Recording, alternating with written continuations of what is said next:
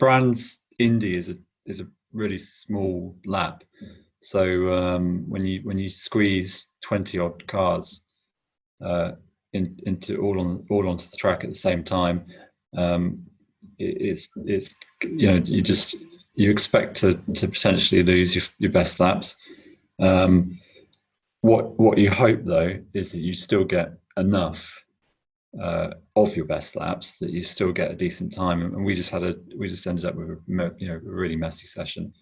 We can pull up some onboard footage on this as well at some point. But what happens is you leave the pits on your new tires, and the new tires give you your best grip for 2 or 3 laps, and then they lose performance. So you have to try and set your time in that window.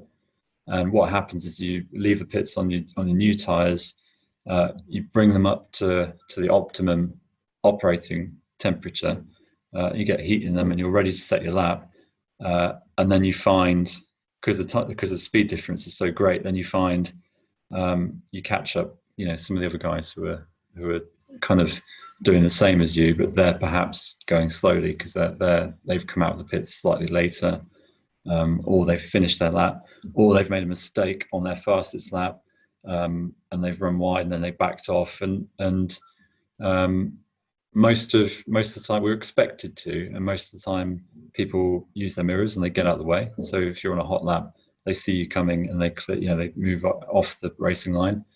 But sometimes it's just the way it happens. Sometimes you get caught out.